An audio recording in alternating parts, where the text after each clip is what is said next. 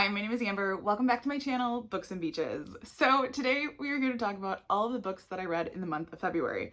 While February wasn't my best month of reading numbers-wise, I actually pretty much enjoyed everything that I read. So my reading has definitely slowed down this year just with everything that I've had going on, but I'm also paying attention to, I think, more so the quality of books that I'm choosing.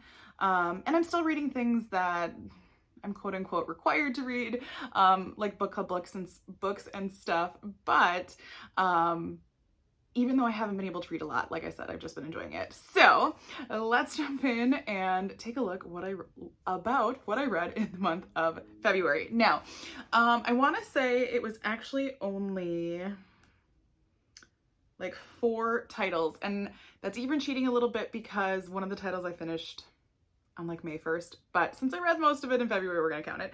But the first book that I finished in the month of February was Assistant to the Villains, excuse me, and this was by Hannah Nicole Mayer. I have my iPad down here just to help me because I couldn't remember some of these authors. Now, this was a book for my February book club, and I had heard a lot of really good things about this book. We have kind of a fantasy sort of setting, and it is a woman who goes to work for this man called the villain, as his assistant, as the title would say. And you know, she gets to experience what it's like working for this villain, which I think, you know, villain is a term to take loosely because he does things, it almost reminds me a little bit of like Robin Hood, where, you know, Robin Hood robbed the rich to, you know, feed the poor. And that's kind of what the villain reminds me of, because it didn't always necessarily seem like he was the villain, even though that is the way he's portrayed, you know, in this town. And so we have this woman that goes, you know, to work for him, and all of the hijinks that ensue, and there's a dragon and, you know, a little bit of magic going on. I think one of my favorite characters was the little frog that talked in signs, but I just didn't find myself like really, you know, enjoying the book, and I found it to be very, very slow. And everyone in my book club said like, oh, just wait till you get kind of, you know, towards like the last quarter of the book, it'll really pick up. And for me, it just didn't. Now, I think part of that is I was coming off of reading Iron Flame, and not that I intended to read 2 like more fantasy books in a row, but it just kind of, it was the way it worked out because I needed to finish the book for book club. And yeah, it fell flat compared to reading Iron Flame. And so I rated that one a 3. So I was just kind of meh about it. But after that, I knew I needed to pick up something that I was really going to enjoy. And so I picked up Freida McFadden's newest book, The Crash. Now, this one will take you for a wild ride, like any good Freida McFadden book will. And we have a woman who is, I want to say, like 8 months pregnant at the beginning of the book. And the situation of her pregnancy is a very difficult one. This is definitely, you know, a book I would go into if you have issues with certain things. Maybe check out the trigger warnings for this one. But she, you know, becomes pregnant kind of off a one-night stand type of thing, and she's offered money basically to take care of her and the child if she just never mentions who the father is. And she turns down that deal and decides, you know, she just needs to get out of town and go visit her brother. And as she's driving to go visit her brother, she gets in a car crash. And it is snowy, it's a snowstorm. It was very atmospheric to read it in February because we were getting a lot of snow.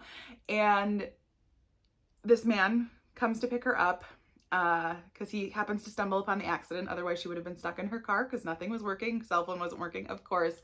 And he takes her home so that he and his wife can take care of her.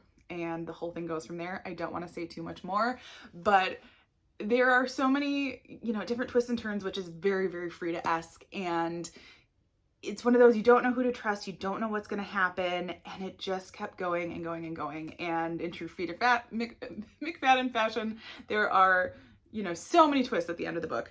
And so I really enjoyed this one. I think now, I'm trying to think. I've been using a new app called Fable.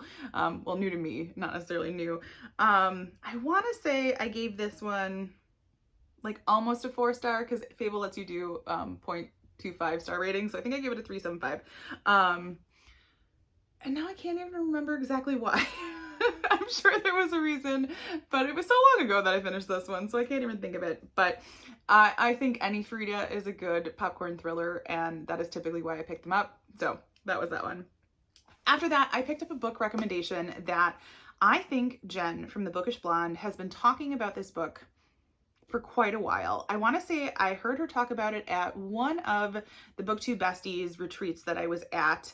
And then I think she and I had even talked about it in some of the conversations that we have back and forth, because I love getting to chat with Jen on an almost daily basis. But this, I should probably tell you what the book is. And it was called Find Me. And this is by Anne Fraser, and it's book 1 in the Inland Empire series. Now, it's called the Inland Empire series because a lot of the book is surrounded around this man who they called the Inland Empire Killer, and he was a very well-known serial killer. This happens more in like the desert areas in California. And so the book is being told primarily from the perspective of this serial killer's daughter, because she was involved in luring his victims. And it's always been speculated whether or not she knew that, or if she could remember that, because she was so young. She was a small child, but that was how he lured, women in to him and then had her run away and did his thing. So we are taken through a process of this killer, promises to kind of lead them to where the bodies are, and other characters that are involved, what's happened to his daughter. She ended up growing up working for the FBI, but she's no longer working for the FBI anymore, but gets to team up with this agent who is trying to solve this case and figure out where all these bodies are. I want to say it's even like 20, 30 years later. So it is quite the ride. There are a lot of gruesome details. You have to be ready for that. Not horrific. I've read worse. If you've read, I'm trying to think of what the book is. If you've read Pretty Girls by Karen Slaughter, it's not that bad. But, and so yeah, it just takes you on this ride. It is very, police procedural and things that are happening in interviews and, going to sites where these bodies are, etc. So I quite enjoyed it. I gave it a 4. I am not quite sure whether or not I'll jump into book 2 right away. I got to talk to Jen and get her, her opinion on those, because I want to say there's at least 3. Let me just double check here. If I've got it, I might as well look it up. So let me just see. Oh, and of course, I know it's Find Me, and I want to say there's a 3rd one. And maybe, so Tell Me is number 2. And so it might be just the 2. But yeah, so I haven't decided if I'm going to continue on that or not. If I am, it'll probably be sooner than later, just because I have really sucked at keeping up my series and then I'm trying to remember what's going on. But it was enjoyable. It's on Kindle Unlimited, and it had both the audio and the ebook on Kindle Unlimited, and so that made it super easy to pick up and do. So after that, my final book of February, which, like I said, it seems like that's so little, but there was just lots going on in February. So I picked up The Favorites by Lane Fargo. Now, I had this on NetGalley and I just didn't get to it in time before it had actually released, but I had heard people raving about this book. I think Audrey at Chapter and Converse said it was like one of her favorite books so far this year. And I've just heard a lot of different people on like the BookTube space talking about it. Now, this book is very different from the other Lane Fargo book that I really love, in which case this isn't a thriller. This is more like, it's historical fiction only because it happened like in the 90s, 2000s, and I don't mean to call that historical fiction by any means, because that means like the era that I grew up in is historical, but it's more contemporary history based in that nature. And we have a couple who has grown up together and becomes very well known in the ice dance sport. And we are in the process of being told in a timeline of how they progress in their career, in their sport, along with what is like a documentary interviews with all these people that were also involved in their life. And it is one reason that I will 1000% suggest the audiobook, because you are getting different voices read by different narrators during all of those interview process. And so it makes it even more immersive. And so, these characters have flaws and they have gone through so much in life, but ultimately, at some point they keep talking about this thing that happened. And there's actually several things that happen in their process of trying to get to the Olympics. And so it was so bingeable. Like, if I would have had more time in one sitting, I think I would have sat through and really just binged this book. But it gives me I've heard, I want to say, people compare it to like Daisy Jones and the Sixth. I feel so much of Taylor Jenkins Reid in this book. Like, it reminds me of the way that she writes a lot of her books.